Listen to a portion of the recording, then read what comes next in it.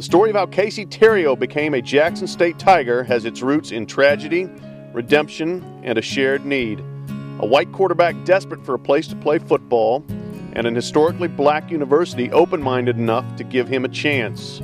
I've always wanted to play at a college atmosphere with 60,000 people. So I always seeing like this the big college crowd, and really playing for more of just the crowd more than anything. Casey was an accomplished high school quarterback in Grand Rapids, Michigan, who earned a scholarship to a junior college in California.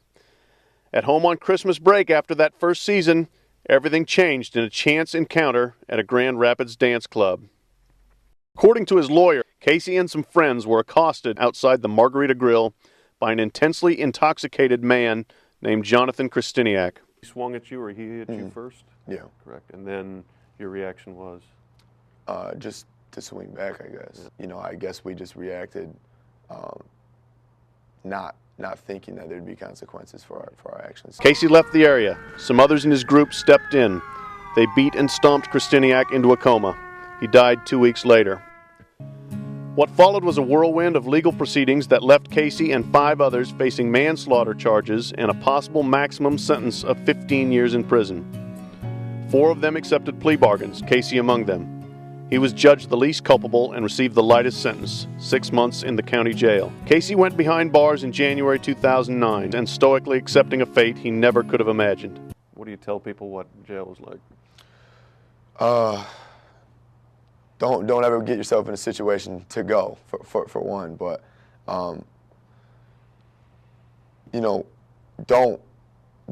fight it either. It's something that you have to accept, and if you can do it, you can learn a lot about yourself. Not that you want to do it to have a learning experience, but I think it's a place that's so dark and so low that that's the only thing that you can take from it.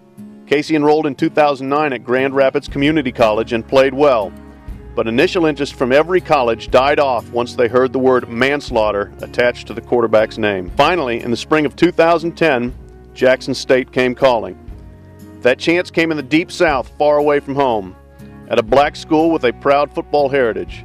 A white player had never been a prominent part of that past, but Jackson State would give Casey an opportunity to be its quarterback of the future. I didn't see it as anything different. Now, there may have been some people that thought different about it, but not on this football team.